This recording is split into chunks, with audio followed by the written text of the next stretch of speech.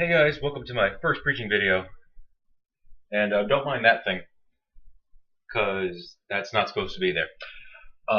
Anyways, thank you guys for tuning in. I'm really new at this. I really don't know what I'm doing. I'm an amateur at this, so we're just going to have to go with the flow. Something kind of bothers me today within our little Christian society we got going on. Many people say that they're Christians, but yet they have no proof or evidence to back it up because their heart is just so bitter and their thoughts are just so corrupted. That's many people. Many people. They may not see it, may not know it, but it's there. Very good prime example is the Westboro Baptist Church. I'm pretty sure if you haven't heard of them, if you look them up, I'm pretty sure you're going to basically just be about as disgusted as I was. People like them do not deserve to call themselves Christians. People that show no love and only show hate and bitterness to the world, those people don't deserve to be called Christians. They are practically just haters. And whether you're a Christian or not, nobody likes haters. Nobody. So I don't care what your excuse is. There's no excuse to be hating on someone for their beliefs. 1 Corinthians 13 specifically states in the first verse, "Though I speak with the tongues of men and of angels and have not charity, I am become as sounding brass or a tinkling cymbal. And though I have there a gift of prophecy and understand all mysteries and all knowledge, and though I have all faith so I could remove mountains and have not charity, I am nothing. And though I bestow all my goods to feed the poor, and though I give my body to be burned and have not charity, it profiteth me nothing." Nothing. I'm reading out of the KJV Bible, so those of you who don't have KJV, you might be a bit confused. Sorry, it's the only version I use. Deal with it. These verses clearly state, basically in any version, whatever version you have, it clearly states here, you can say whatever the heck you want in life. But if you have no evidence to back it up, it means nothing. I could say I am this couch. I could say I am that computer. I could say I am this mouse. I could say I am the carpet. I could say I am that thing that I told you to ignore. I could say all that, but what evidence is there to back it up? None. I'm physically standing here speaking to you. This couch is not talking. This mouse is not talking. My computer is not talking. The carpet or that thing.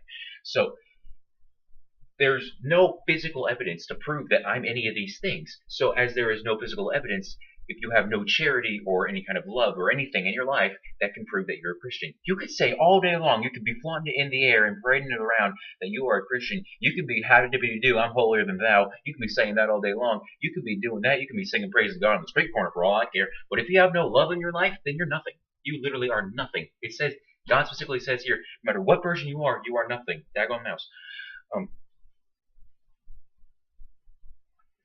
There are many things wrong with the way people think of Christians nowadays. We get called bigots. We get called bigots nowadays for the fact that we just specifically just dish out hate like it is daggone money. There's no love behind us anymore. It's basically, oh, you don't believe what I believe? Well, screw you. That's basically all Christianity has come down to nowadays. And why? Why has it come down to that nowadays? Because people can't have temperance, and that is one of the fruits of the Spirit. So I don't understand why it's so hard for people to not follow something that they've been specifically told to follow. But the thing is that people are trying to work their way around the Bible, trying to find shortcuts and try to trick God. You can't trick God. You can't find shortcuts around the Bible. Just deal with what's been given to you. The food is on your plate. Don't try to make more. So just deal with what you got. You can't try to bitterness only will result in bitterness back. It's a cheesy expression, I know, and I know it's been used many times, but it's the truth. If you give someone harshness, the odds are they're going to be like, "Oh, sir, thou art an amazing person. I respect thy opinion." No, they're probably going to come at you and, "Hey, well, you're stupid for believing that because I don't believe that, so you're stupid. Therefore, we are all stupid." So basically, that's the logic you'll find on the internet, for one. Number two, it's practically all arguments are on like YouTube comments or basically any other forum you could find that basically deals with these certain topics. That's the only thing you ever find. People just name calling each other because they have no facts to dish out. Because everybody is just so stuck in their own beliefs just because God said so. So, I mean, like, if you really want to argue with someone about it, be knowledgeable about it. I studied evolution from the bare bones out, and I've studied creationism from the bare bones out. I know what I'm talking about when I argue with an evolutionist because I've studied it. I'm not some sort of idiot that just goes up there and says, "Well, I believe this because my mommy and daddy told me to believe this." I mean, I wasn't a Christian until 11 years of my life, and I've been raised in a Christian household. I didn't believe in God. I believed in God, but I just didn't want to. I didn't want to. I thought it was illogical. But then I started studying evolution, and I thought this was the dumbest thing ever.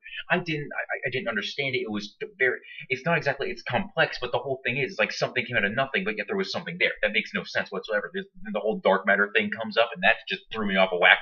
So, and then you have God that practically just shows his way. I know I'm going to be a tangent here away from the message, but still, back to the message. We have no physical evidence whatsoever to prove that we are Christians for the fact that we just dish out hate. And we got to stop dishing out hate. And you want to know a way you can do that? Spend more time in prayer or in Bible reading. I go to a Christian school now, probably going to a public school next year, but I'm going to a Christian school currently, and yet I still look around. People there are sometimes more screwed up than in public school. Okay, and public school was bad when I went to public school, and I look around, I'm like, people are more screwed up, and I don't understand why. Because we're supposed to be Christians, followers of Christ, Christ-like, little Christ, many other different things, and so how come we're not showing that? We're basically just like, oh, you don't believe what we believe? Well, screw you. And sometimes we just sit there and don't do anything. It's just like, oh, you don't believe that? Well, whatever. I'm too stupid to communicate with your intelligent kind anyways. Really? As Christians, we're supposed to get the word out there.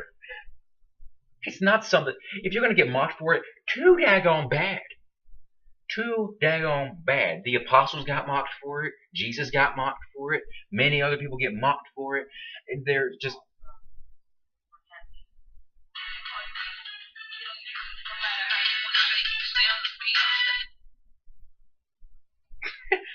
Please ignore that. Alright then. What was I just talking about? Back to our regularly scheduled programming. Yeah, you can basically to the topic. I'm just trying to make sure that everyone's understanding, whether you're a Christian or not. Stop dishing out hate because it's not gonna work. It's only gonna fuel the fire. That's like what rule number 30-something of the internet is. Just like if you hate on it, it grows stronger. And like that's practically what's gonna go on here for life. It's just you hate on something, it's gonna grow. But if you decide to communicate about it maturely, or at least try to, then you can at least have justified conversations instead of just being like, well, you're stupid. No, you're stupid. You're stupider for being stupid. I mean, like, that's all internet conversations are these days, and I'm just face-palming through the entire thing because people are literally that stupid to think that saying you're stupid or just giving out facts like just because they said so or because God says so. Just because God said so doesn't exactly mean that everybody's going to believe it. Yes, it's true, and I know it's sad that they don't believe it, but that doesn't mean that it's immediately going to come down to like, oh, God said it, I believe now. Because I mean, like, you have to base something up, because if you try to use harsh words and be like, well, homosexuality is stupid because God says so, they're gonna assume that God is saying they're stupid because they probably haven't read the word. Let's think about that for a minute. What you say is probably the only taste of Christianity they're ever gonna get, because they're gonna get the first taste from you, and then if they're not gonna like that taste, they're not ever gonna go and find what's in here. Whatever.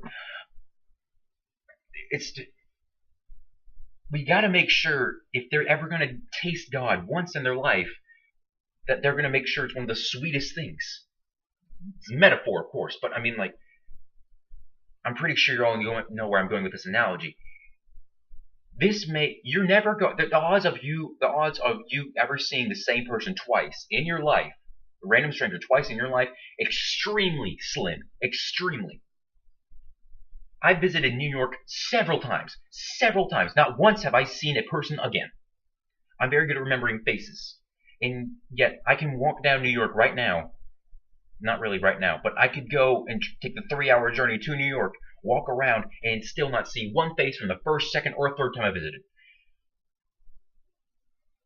So why not give the message purely and justly and of kindness? Why not?